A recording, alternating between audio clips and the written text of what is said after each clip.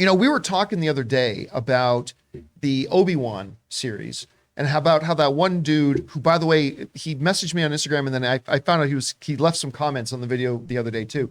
But this one dude made this fan edit of Obi-Wan, took the Obi-Wan 6 episodes, edited it down to like a 2.5 hour, 2 hour, 40-minute movie. So he shot a lot of stuff up, and it was infinitely better than the series. Infinitely better. There's also a YouTube channel that's going around right now that's actually quite popular.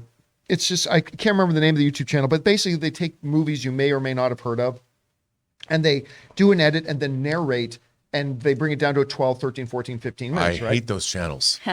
So, I mean, I admit I get caught up watching them Me every once in a too. That's while. why I hate them. Because they can take you down a rabbit hole. Oh, I haven't seen this. So this is interesting, though. They do it in other countries too, like Japan, whatever. Well, a couple of people who have been doing these things they call fast movies, where they take movies, edit them down into like 10-minute versions and put them on YouTube. Well, they got taken to court and they lost.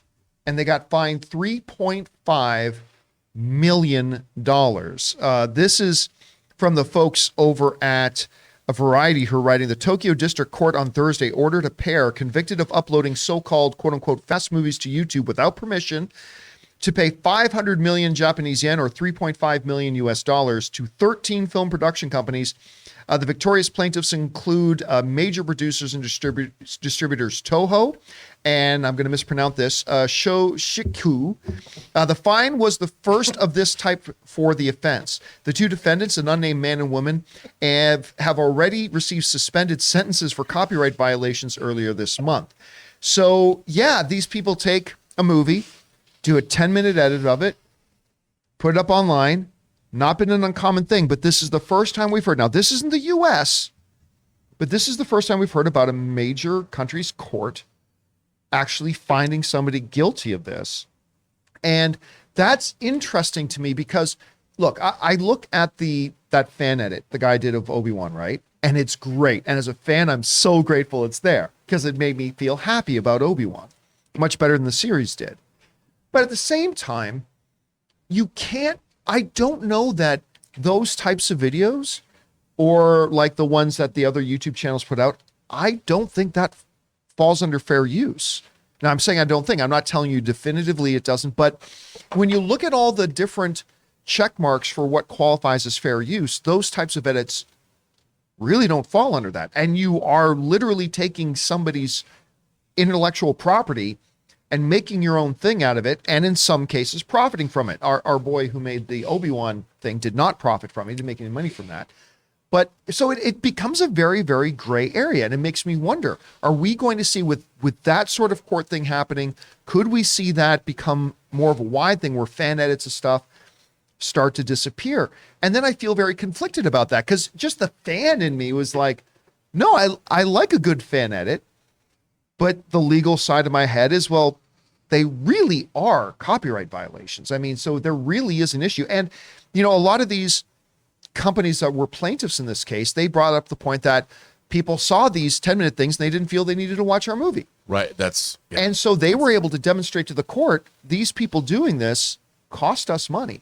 And the court agreed, at least up to the amount of $3.5 million. Anyway, Rob, you see this, and it's important to point this out. This is happening at a court in Japan, but still, what do you think of the whole thing about fan edits and stuff like that? And could something like this become a problem here in North America as well? We want to take a moment and thank a sponsor of today's video, HelloFresh. Guys, my wife Ann and I love using HelloFresh. With HelloFresh, you get farm-fresh, pre-portioned ingredients and seasonal recipes delivered right to your doorstep. Skip trips to the grocery store and count on HelloFresh to make home cooking easy, fun, and affordable. And that's why it's America's #1 meal kit. When you subscribe to HelloFresh, you can check Save Money off of your fall to-do list. HelloFresh is 25% cheaper than takeout and even less expensive than grocery shopping too. And HelloFresh works with your ever-changing changing schedule. Plans are flexible, and you can choose your meals for the week, update your preferences, or change your delivery day all in the HelloFresh app. Now, you know Ann and I are both working professionals, so when it comes to dinner time, it can be a bit of a challenge. We don't really have time to cook, and we don't want to eat out all the time. And that's why HelloFresh comes through so clutch for us. Not only do we get to eat delicious, nutritious food, but Ann and I both have a lot of fun getting to cook together, following the easy-to-follow steps in getting the meals made. So go to HelloFresh.com/Campea65 and use the code Campea65 for 65% off plus free shipping. That's HelloFresh.com/Campea65 using the code Campea65 for 65% off plus free shipping.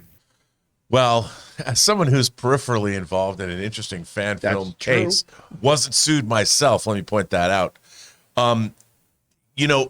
There are these, I guess they're called, what are they called? Fast films? They call them fast films. I didn't realize that was the name. That's a cool name. So there's a lot of those online where they have like a computer voice narrating the plot of the movie. Yeah. Now, I have to say, I have been guilty of watching, there's a lot of like low budget, especially low budget sci-fi films that I've had cursory knowledge of that I've actually watched more than I would care to admit of these movies, just simply because to catch up on lower budget genre films. Lower budget, more obscure films. Yeah, and they're kind of great for that. Yeah, and a lot of them are foreign films, like films from other countries that I don't necessarily have. And I have to say, I feel guilty. I feel like I've done something where hair should be growing on my palms for watching these movies. I know, I don't want to pursue that. Please continue. No, I just feel guilty. I'm speaking. But I feel guilty about it because filmmakers, as a filmmaker myself, and you're a filmmaker too, I feel I'm doing people a disservice. However, when I start watching them, I'm like, what's going to happen? And I that's no excuse. But I do feel, I've always felt this about when I watch these things, that now I don't have to watch the movie. Like, even I recognize that I don't have to watch the movie. And I think that that's problematic, and it's not fair to the filmmakers. And I'm admitting this publicly now. You have a record of me saying, I think it's a bad thing, and I'm guilty, and I've done it myself, and I wish to repent. Now, here, let me raise this question, and I'll start with you on this one, Chris. Mm-hmm. Well, I completely agree with you. A number of the ones that I've watched have been like the ones that you've watched, right? They're Russian films, Japanese films, some films I've never heard of, or maybe I've heard. Like, I saw this one thumbnail for one today that said, a society evolves where women live on one side of a wall and men live on the other side of the wall. See, those are the things that gets me. Yeah. Those are the sci-fi concept. Like, yeah, that's, dude, you just described to a T. So, gets me every time. So, Chris, let me ask you this. I think we all agree that, yeah, if you end up watching one of these, you're not going to, most people won't watch the movie. And probably not. But could an argument be made that, well, you know what, those people weren't, I wasn't going to watch this Russian movie about women living on one side of the wall and the other side of the wall anyway. I mean, that's a true point. I don't know whether it's legally relevant, but I don't know. What do you think about this whole thing? Yeah, I mean, when it comes down to that is, well, they made it more interesting and palpable for me. And isn't that what you should have done in the first place? Which totally, is that legal ground to stand on? No, it's not. Also, I Googled what curse leads to hair growing on your hands. God damn it, Rob. I had to know.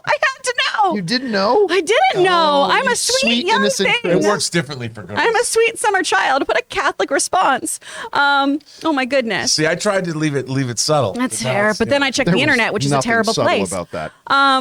Well, and my issue here too is I understand legally that, yeah, you should have copyrights in place, right? I've been dinged on YouTube for my own voiceover clips being put out. I had an animation speed reel of all of my clips, and the internet took it down because of the music used. And I was like, but it's literally my voice and clips of the show that I was paid to be in. But okay. So I understand that these things happen. But I also think this is a really great way for editors to cut their teeth. And it shows the importance of editing. I know so many people who started out and took their editing journey, like their first step forward was, oh man, I'm going to mess around with the Star Wars movies and see if I can do an edit of it. Or oh man, I really think if you took Spider-Man 3, you could really make a really great edit out of it. And I hope we don't lose that. Maybe it's just, we won't have eyes on it anymore. But I think that's something that really helps people launch themselves into doing post-production. But I think, though, the difference is if you put, like, I'm watching these things on YouTube, they're monetized. YouTube is monetizing it. If they're over like 10 minutes long, 8 minutes. If they're more than 8 minutes long, they're getting monetized by YouTube. So somebody's making money. Yeah. And, we've got a close connection to this because our friend John Schnepp, who obviously is no longer with us, he was nearly ruined. It people pirating his movie, The Death of Superman Lives, What Happened, nearly bankrupted him. And millions of downloads. Yeah, and it nearly ruined him. So I don't know, but but I like fan edits too. I don't know, guys. Question is for you. What do you think of this? So there's a Japanese court that is upholding. They fine people $3.5 million for doing it. Is that something we're going to see happen here? Do you think a lot of these studios want to say, "Hey, you're just taking our movie, repackaging it, and profiting off it, and we're losing out"? I don't know. How do you think this is going to shake out? What do you think they should do? Whatever your thoughts are, jump into the comment section below and leave your thoughts there.